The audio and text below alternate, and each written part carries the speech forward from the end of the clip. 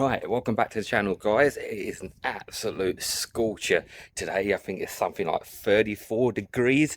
Going to be absolutely sweating buckets, but it's the first day that we're actually going to be working on the Typhoon MG to get it ready for the Race Against God charity run that we've got to do next month. If you hadn't seen in the previous video, like I said, the Race Against God challenge is Top Gear inspired. It's where, I don't know if you remember in one of the episodes, it aired back in 2011, where Jeremy Clarkson set off from Land's End on the shortest night of the year at sunset and had to race across to the most easterly point, which was in Lowestoft, before the sun comes back up.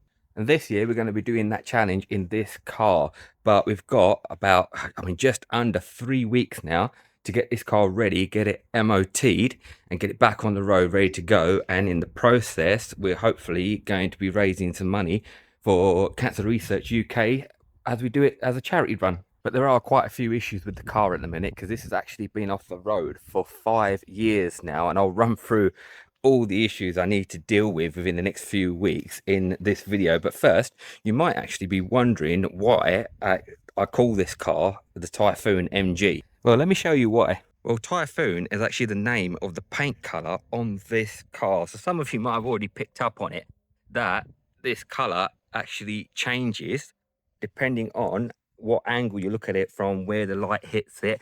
So it is a pearlescent, and it has a three-way flip. So normally it looks like a bit of a blue color, but if you get the sun at the right angle, you'll see it goes very purple.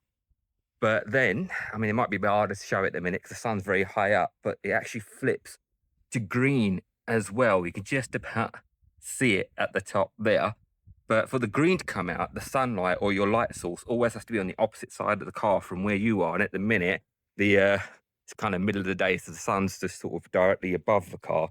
So I can't really show the green at the minute, but the purple that's showing at the minute, that's absolutely stunning. That is, I actually love that shade coming out of there. The amount of people that think that this is not actually a factory color option, but it actually is. It's a factory limited edition. It was a paint option that was part of what was called the monogram scheme, which was available from new, and it included some very special paint options. Some of them were flip paints like this.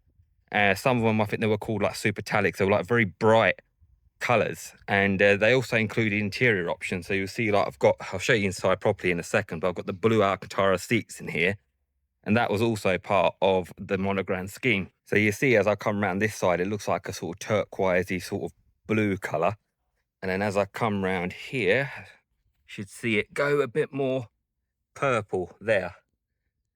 And that is just, I've had this car for, I think, 12 years now, and I've just never got bored of seeing this. It still amazes me how the color can just change like that on a flat surface. But I was into my MGs and that anyway from quite a young age, but I didn't know that they actually did these colors. But I also grew up absolutely loving TVRs. We had a lot of TVR sort of Tuscans around the area that I was living in growing up, and they absolutely loved the flip paint on those. So once I found out you could actually get them on these, I was like, I've definitely got to get one of the flip paint color options, and this one came up and I snapped it up. But the amount of times I've had people assume that this is actually a wrap on this car, but no, it really is the real thing. It is painted. I just remembered I've actually got the build data on the steel trims in this car. So here we are. So it's the MGZTs, it's the monogram Typhoon, which is the color. You got IAB, which is the paint code, and this one was number 42 of 74 built. So that was number 42 of 74 with this engine in it. So this is the BMW diesel one. So there were some made with the V6 in it. There were a few, I think, 1.8 K series, and you had some V8s as well. But I can't remember what the total number was, but I think it was only in the hundreds across all engine variants that they ever did in this color. So it is pretty rare. Especially now, a number of these I've seen that have actually, they're long gone, they've been scrapped or whatever. So it is, to have a factory one of these, it is a pretty rare thing to own. It's not the rarest color. They did others that were much rarer than this, but still, it's pretty cool to have a bit of British MG history here. Oh, and I've also got the same data on some custom dials I've got in here as well, as it says it in there, number 42 of 74 Typhoon with the monogram logo on the rev counter there. Ah, you can actually see the green coming out a bit more now. So that's how the green looks when it pops out. Absolutely love that. In the evening, when the sun's really low, the whole car will actually just go completely green. But that is just absolutely brilliant. I love the green in that. It's absolutely fantastic. Right, so that's enough about showing off the colour. Let's now go through all the issues that I have on this car, which I need to fix in the next 3 weeks.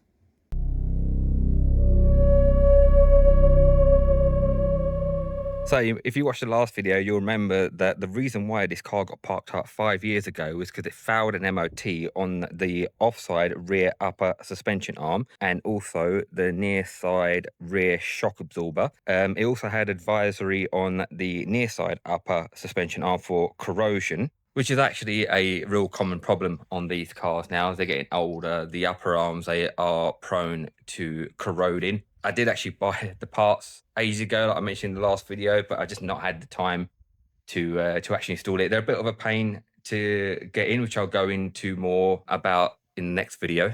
But as I mentioned in the last video, we just got married and we were saving up for our first house, and I just got so busy. I just had other priorities and things, and even since we got the house, which was back in 2022, we've just been so busy doing bits on the house and other work and things like that, that this just got sort of put aside, and I just hadn't got round to fitting the parts and getting it fixed. But the parts are actually sitting in the boot. I think they've been sitting in the boot since about 2022, something like that. So that's the rear arms there. These are what are prone to corroding. So the offside one's actually got a hole going sort of straight through it about here somewhere. I've actually got the lower arms as well. They didn't need changing, but you know, might as well put new ones on, they'll look better. I did actually have the rear shocks already as well, but then that one decided to fail on the rear shocks earlier this year. So I just put the rear shocks on that, and I've got a new set coming at the moment, along with the bushes for the front wishbone arms, which was actually just an advisory in the last MOT for some minor play, but I thought, solid, let's just get all the mechanical issues sorted on this.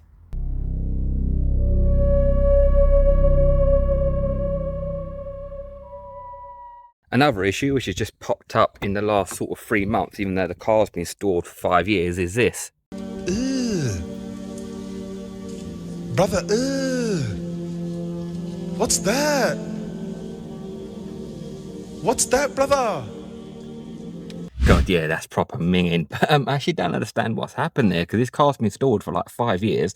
Interior's been absolutely fine, no mold or anything, until like the last sort of 3 months. It's just suddenly started to get this in there, and it kind of appeared suddenly, but hasn't got any worse. So it can all be cleaned off and everything. It's just another job on the list to do.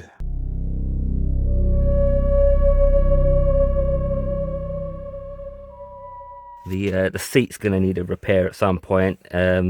Yeah, this is a common issue with bolster wear on these sort of material Alcantara seats. It's quite common for it to tear here.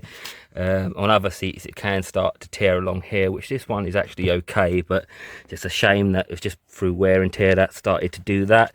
If anyone actually knows, or any recommendations of anyone that can actually fix that and actually just maybe just change this section here and get it to match the rest of it, drop some suggestions in the comments below, because that is something I would like to get fixed at some point.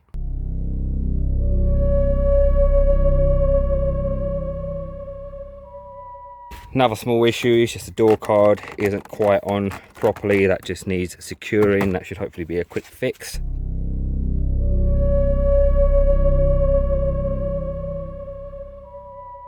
Right, other interior issues. So this trim has fallen off, but that's just a quick easy fix. I can just go back on there.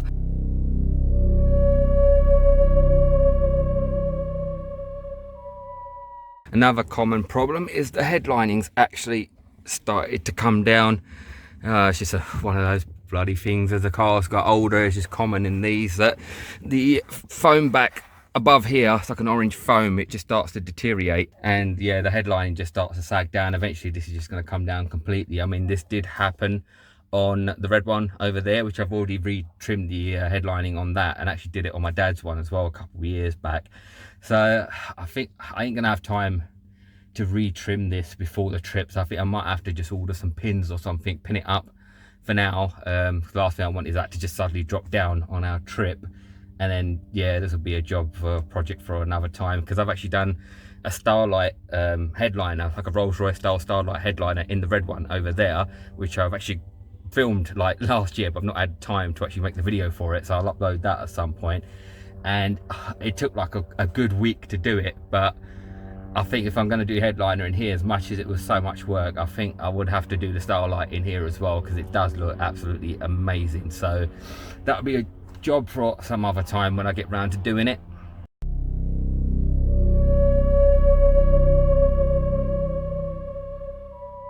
Another thing to get fixed before the trip is this bloody dent right here. That's so bloody annoying, that is. I was so bloody annoyed when that happened. That happened while it was stored in the garage as well. I mean, I'll show you what happened. So above the garage here, I've got some storage up there, and there was some boxes sitting up there. And where we live on a new build estate, Barratt Homes were still doing some work, and they were, I can't remember what they were doing now, but they were digging and grinding something on the road just on that side, and it was literally vibrating the hell out of the house while they were doing it. And it basically shifted all the boxes, all the vibrations, and dropped the box down onto the bloody car and dented it while it was sitting in here. So yeah, shout out to Barratt Homes. So thanks for that. So that's an extra cost. I've got to get that fixed. So I've got to get one of those paintless dent repair guys out, and hopefully they can just, I'd have checked inside the boot side. I think you can actually get to that from the inside. So hopefully they can just push it out.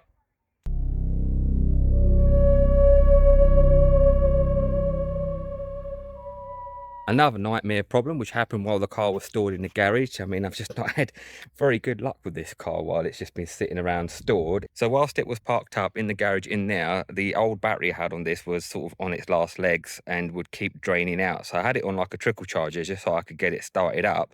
And while it was on trickle charge, the battery just literally blew up and the whole side of it just split open. Yeah, we were just sitting in the living room. We just heard this like bang, like, what the hell was that? And I was like, that sounded like it came from the garage. Came out there and just saw like you could smell it. There was like a smell in the garage, and had a look at the battery. All the side was split open, and the battery acid was basically coming out of the battery. So where I had to quickly remove it, get the battery out of the car, disconnected it, pulled it out, but it dripped a couple of bits of acid, and it flipping went onto the paint there. And it actually just melted straight through the paint. That was actually just showing white, sort of white grey primer. I've actually just dabbed it up with a bit of black paint there just to hide it, because this colour does actually paint onto a black base coat, and it does hide it more than when it was white, but it's just absolute nightmare. The paint did get damaged just along here as well, just some small little dots you can just about see. I did actually have the car fully resprayed in the same factory colour back in like 2018 after someone went into the back of it. So that's just so bloody annoying that that's happened. So again, I don't really know what to do with that at the minute. I think about maybe for now, just as a temporary fix, just touching up a bit of this colour over the top just to hide it a bit more, because I have still got more of this paint. But again, if anyone's got any recommendations of somebody that can do some sort of maybe smart repair on there or something, if it's possible, I don't know if it is with this sort of flip paint. But if you've got any suggestions, just or suggestions a way to fix that to make it look, semi-decent, where I can get away with hiding it a bit, just drop some suggestions in the comments below.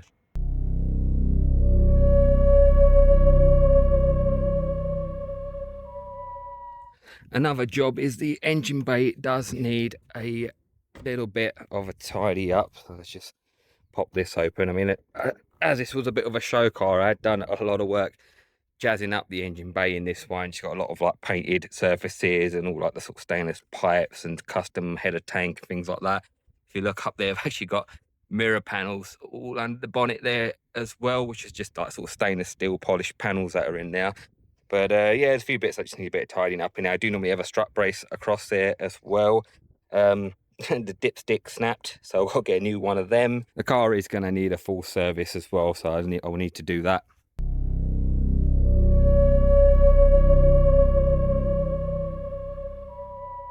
One other task is I need to adjust the handbrake, which is again is just a common problem on these, because it feels like the first part isn't really doing anything. That part just feels really loose, and then it isn't to up here. It does hold once it's up here, like it holds fine, but just give it a bit of an adjustment so it actually works as it should.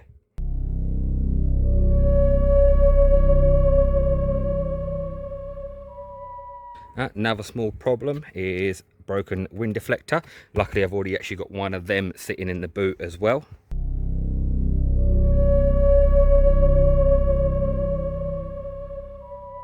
Another small issue just here is just the side skirt isn't quite secured on, so just got to have a look at that. It's just going to be one of the clips around here that just isn't quite popping in, so we'll get that sorted.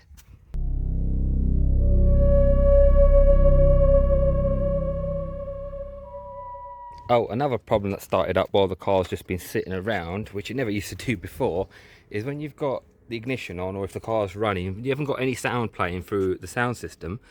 Typically it ain't bloody doing it right now while I'm trying to record it, but you'll get like a deep tone, just constant tone coming from the subwoofer, a bit like a guitar amplifier. Like, you know, when you first sort of plug in, it will just make that sort of deep bassy sort of humming noise. But yeah, I don't know what's causing that. I'll have to check out all the cables and everything, check the earth and that, see if there's any interference anywhere. But if anyone's got any suggestions of what to check, just let me know in the comments below and I'll check it out.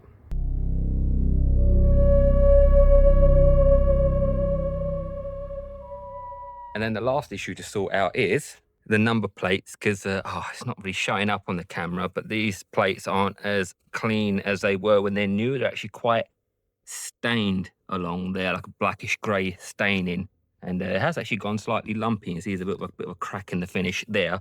But that's another thing I've already actually got. They're actually just sitting in the boot, so I've just got to put them on. So yeah, that pretty much covers everything I think that needs doing on this. So it's going to be a real tough, busy sort of two and a bit weeks sort of thing. There's a hell of a lot to do, but got to make it happen because we've committed to doing a charity run in this now. So gonna have to get it on the road and get it ready and get it going. But if you if you haven't subscribed already, hit that subscribe button, because there will be more follow-up videos and all the jobs I've got to do on this, and then eventually we'll film the charity run when we do it. So yeah, please do just hit that like button, hit the subscribe button, and I'll catch you in the next video. See you later.